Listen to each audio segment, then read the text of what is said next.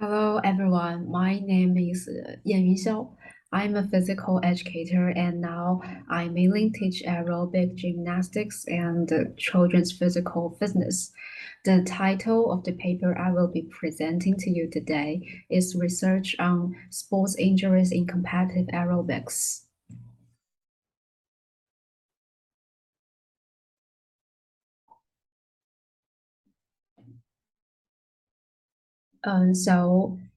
This presentation concludes the following sections. Introduction, methods, analysis, and conclusion. As a former aerobic athlete and now an aerobic gymnastic instructor, the reason for my paper is that I realized that when it comes to gymnastics, the first thing that comes to mind is mainly artistic gymnastics, rhythmic gymnastics, and aerobatic gymnastics. And there is a lot of research on them from athletes training performance, scientific training methods to sports injuries and prevention. In contrast, the competitive aerobic gymnastics has received very little attention. However, from my own training and teaching experience, aerobic athletes are subject to different kinds of injuries in their daily training and competition as well. And their training patterns and injuries are worthy of researchers' attention. Therefore, this paper attempts to search the literature related to competitive aerobics from major electronic databases and summarizes the sports injuries faced by aerobic athletes and available treatments as reflected in the literature.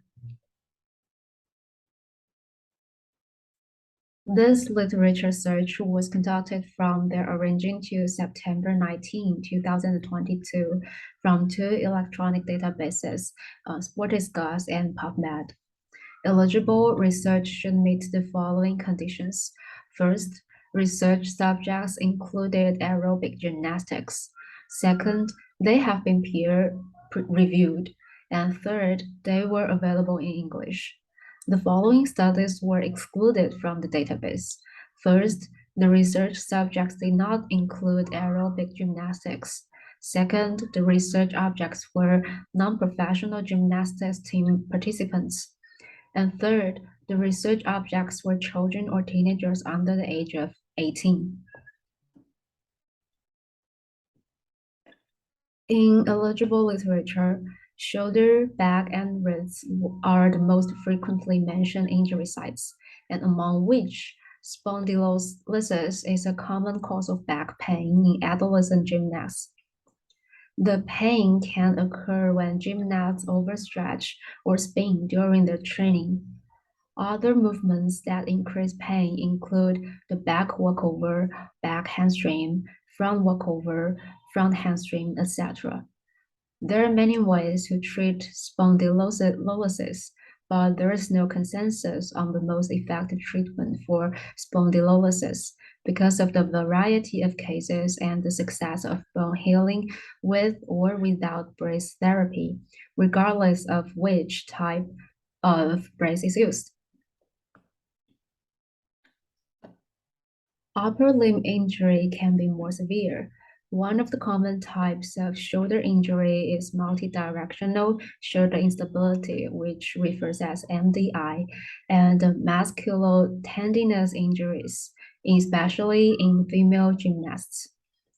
The conservative treatment of shoulder injury is mainly to use rehabilitation protocols to strengthen proprioception and the stability of the scapular and the rotator cuff. Surgical treatment includes open or arthroscopic capsular shift. In general, targeted rehabilitation programs can improve shoulder flexibility and help gymnasts effectively recover their athlete performance. While surgery may make it difficult for gymnasts to return to their original athletic level. The wrists of gymnastics are the site of another high incidence of injuries. as aerobic gymnastics often involves movement that transfer power through the wrists and other parts of the upper body.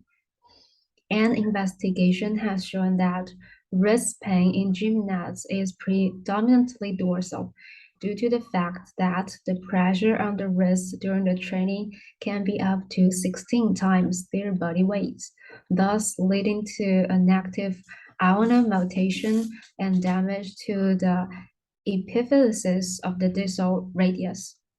For this type of injury, the usual conservative treatment is splinting and reduced movement.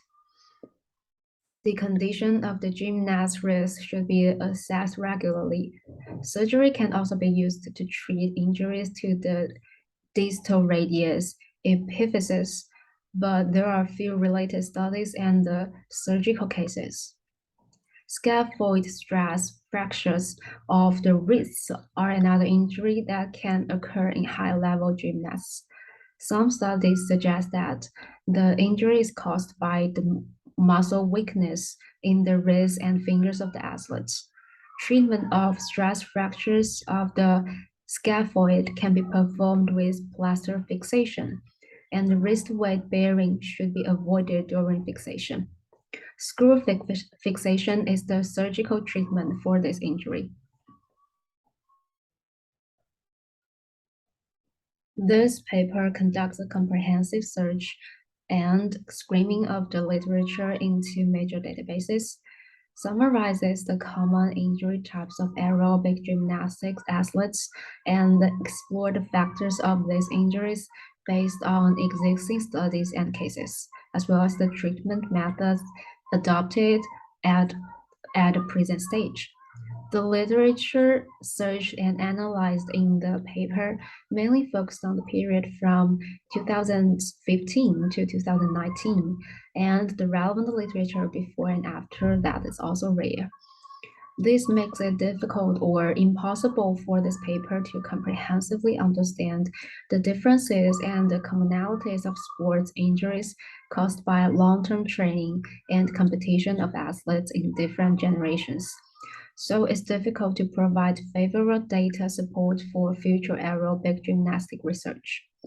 This, to some extent, reflects the fact that aerobic gymnastics is less valued and less regulated than other gymnastics. Compared to artistic gymnastics, rhythmic gymnastics, and aerobatic gymnastics, aerobic gymnastics still has its own way. So in order to perfect the related research on aerobic gymnastics, further research can focus on exploring aerobic athletes training and the correlation of sports injuries prevention and rehabilitation of aerobic gymnastic athletes. This study also hopes to draw the public attention to aerobic gymnastics. So thank you for listening.